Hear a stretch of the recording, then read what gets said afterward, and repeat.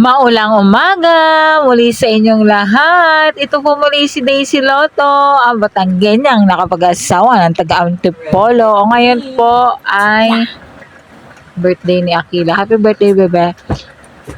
At ayan, get ready with us. Papasok si Akila sa school. Kahit umuulan, malakas ang hangin, malakas ang ulan, wala pang suspension ng klase dito sa Antipolo. Opo. Hindi pa online si Mayor. At dito nga po ay piniprepare ko na po yung buhok ni Akila para ipony po. Opo, kailangan. Siyempre, papasok siya sa school. Maganda kanyang pony. Siyempre, obligasyon ko yun eh. Di ba?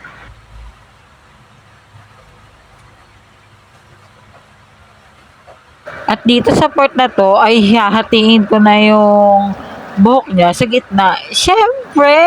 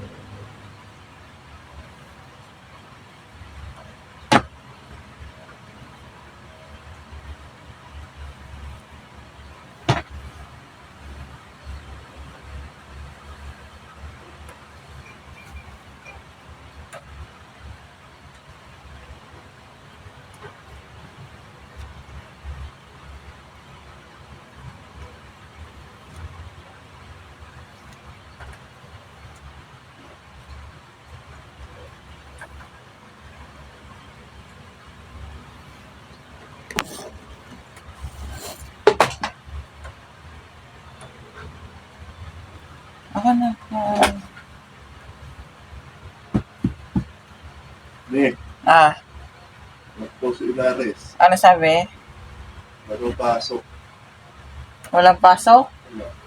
Walang pasok, B.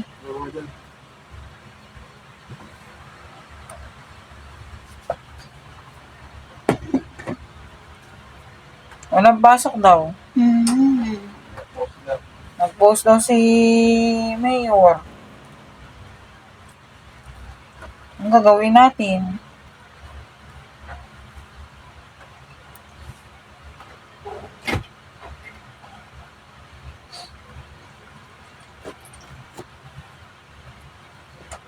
Ang gagawin na? Wala po. Ay di na. Magpalit ka na ng damit.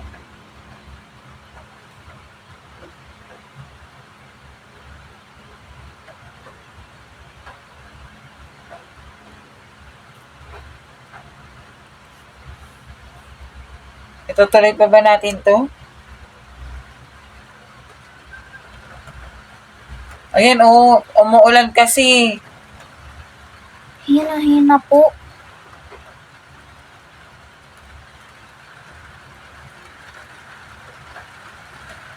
Alang mapapasok ka tapos walang pasok.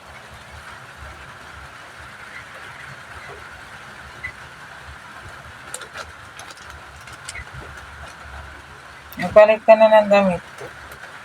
Sabi nga po sa isa dito po, niyo na po pala maririnig ang kasabihan ni Akila walang pasok Jane. ang mga tamad. Yung gusto mo pumasok ay masipag. Ay, alang mo pumasok ka, ikaw lang mag-isa. Paano yung mga kaklase mo doon absent? Talok dun.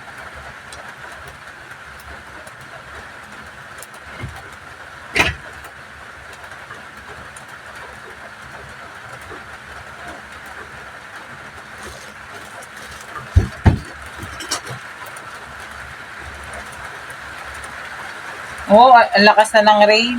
Diyan magpayong po. Ha? Magpayong po.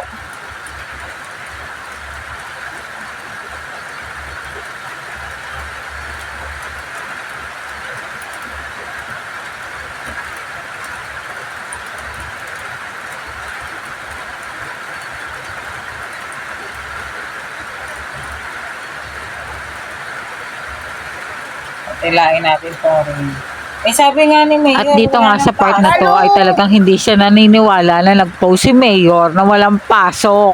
Talaga naman gusto niya makita kung ano yung ipinost ni Mayor Jun Inares. So wala Lakas nga pa kami naman maipakita kasi it's a prank. Dali.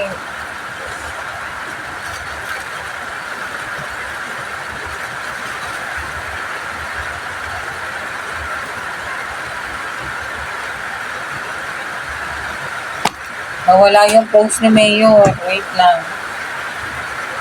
At dito nga sa part na to, alam kong hindi naman siya maniniwala talaga na nag-post si Andeng ng walang pasok. Baka Kaya na-delete niya. tatapusin ko na to dito at hindi talaga siya naniniwala. And once again, my baby girl, happy birthday. I love you. Mama, chup chup.